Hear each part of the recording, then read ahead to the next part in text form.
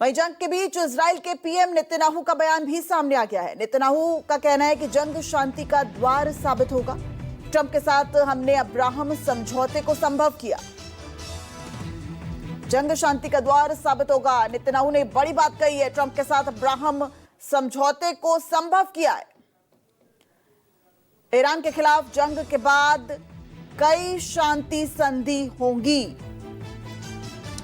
हमारे सहयोगी deputy editor Sanjeev Trivedi इस वक्त हमारे साथ लाइव जुड़ गए हैं। संजीव, एक तरफ ट्रंप का बयान, एक तरफ नेतन्याहू का बयान, लगातार अमेरिका की जो यूएस एम्बेसी उसके पास भी जो हमले हैं वो ईरान की तरफ से देखे जा रहे हैं। क्या कुछ मायने अब? देखिए, ओवरनाइट यानी कि पिछली रात 2 बड़े हमले हुए हैं और उसकी तस्वीरें भी अब सबके सामने हैं। पहली तो ये रियाद में जो अमेरिकन एम्बेसी है उसके ऊपर हमला हुआ और वो हमला, हालांकि इस वक्त रियाद में अमेरिकन एम्बेसी को खाली कर दिया गया है। बहुत से ऐसे मुल्क हैं जहां इस वक्त अमेरिकन एम्बेसी दूतावास खाली है और उनके कर्मियों को वहां से हटा लिया गया है। लेकिन प्रतीकात्मक तौर पर रियाद में अगर अमेरिकन एम्बेसी के ऊपर हमला करने में ईरानी मिसाइल्स सफल होते हैं तो जाहिर है इसका अपना एक असर हुआ है।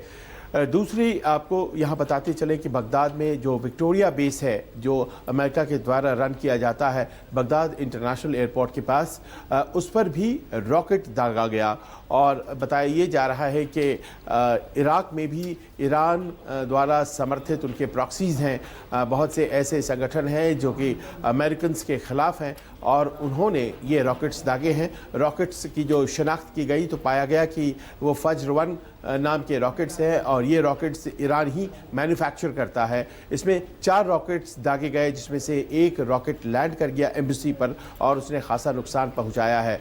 अमेरिकन्स का कहना है कि वो प्रत्युत्तर के लिए स्वतंत्र हैं और प्रत्युत्तर दिया जाएगा। इस बीच ये खबर भी आई है कि बहुत से ईरानियन रॉकेट्स या फिर मिसाइल्स बहुत तेज़ी से कई जगहों पर, जहां इस वक्त कल्पना भी अमेरिकन्स और इजरायलीज़ ने नहीं की थी, वहां लैंड कर रहे हैं, जिससे युद्ध का दायरा बढ़ता चला जा रहा है, ख़ास तौर पर अमेरिका के मित्र देशों में। ऐसा लग रहा है कि अपनी ताकत को ज़बरदस्त तरीके से इस्तेमाल ईरान फ़िलहाल कर रहा है और युद्ध में जिस गति से वो काउंटर अटैक कर रहा है वो अपने आप में एक ऐसा फैक्टर है जिसके बारे में इतना ज़्यादा आकलन इजराइल और अमेरिका ने नहीं किया था। जी संजीव, जिस तरीके से हमलों के साथ साथ अब डोनाल्ड ट्रंप का बयान सामने आया है, डोनाल्ड ट्रंप साफ कह रहे हैं जल्द पता चलेगा हमले का क्या अंजाम होगा। वहीं नेतन्याहू का बड़ा बयान सामने आ गया है जो साफ तौर पर ये कह रहे हैं कि जंग शांति का द्वार साबित होगा। इसका तात्पर्य क्या है, इसको थोड़ा सा समझाइए। दोनों बयान जिसके बारे में आप चर्चा कर रहे हैं बहुत महत्वपूर्ण है और जो इस वक्त हालात हैं, लड़ाई जो चालू है, उस लड़ाई की दिशा क्या है इसको निर्धारित करते हैं। डोनाल्ड ट्रंप ने रियाद पर जो हमले हुए उसके बाद एक संवाददाता से बात की और वो वाइट हाउस कॉरेस्पॉन्डेंट हैं एक टीवी चैनल की, जिसको उन्होंने बताया कि अगर रियाद पर हमला हुआ है तो इसका असर बहुत बुरा होगा, जवाबी कार्रवाई बहुत ही ख़तरनाक होने जा रही है। तो संवाददाता ने उनसे पूछा कि आप क्या सुनिश्चित करना चाहते हैं और दरअसल आप क्या ये हम बताना चाहेंगे कि क्या अमेरिकी सोल्जर्स जो हैं वो अब ज़मीन पर उतरेंगे और केवल हवाई हमले नहीं बल्कि ज़मीन पर सीधी लड़ाई भी होगी। उन्होंने कहा कि इसकी ज़रूरत ही नहीं पड़ेगी और आप देखेंगे कि कैसे बदलाव आता है। कुछ नाम मेरे दिमाग में है जो कि ईरान में इस वक्त जो रेजिम चेंज होने वाली है, निज़ाम बदलने वाला है, उसमें बड़ी प्रभावी भूमिका निभाएंगे। लेकिन इस तरह के जो बयान हैं अभी पुख्ता तौर पर वो कितने ज़मीन पर उतरते हैं, कितने आकार लेते हैं, देखना ये है। लेकिन नेतन्याहू ने जो बात कही है उसके अपने ख़ास मायने हैं और नेतन्याहू का कहना है कि युद्ध से ही शांति आएगी।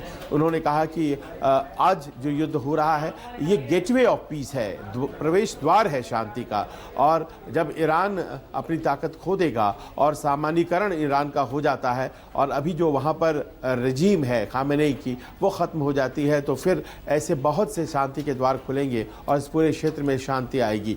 इन दोनों के बातों से ये बड़ा स्पष्ट हो जाता है कि युद्ध को लंबा खींचने के ही पक्ष में दोनों नेता नजर आ रहे हैं। जी बिल्कुल। और संजीव बने रहिए, इस वक्त एक और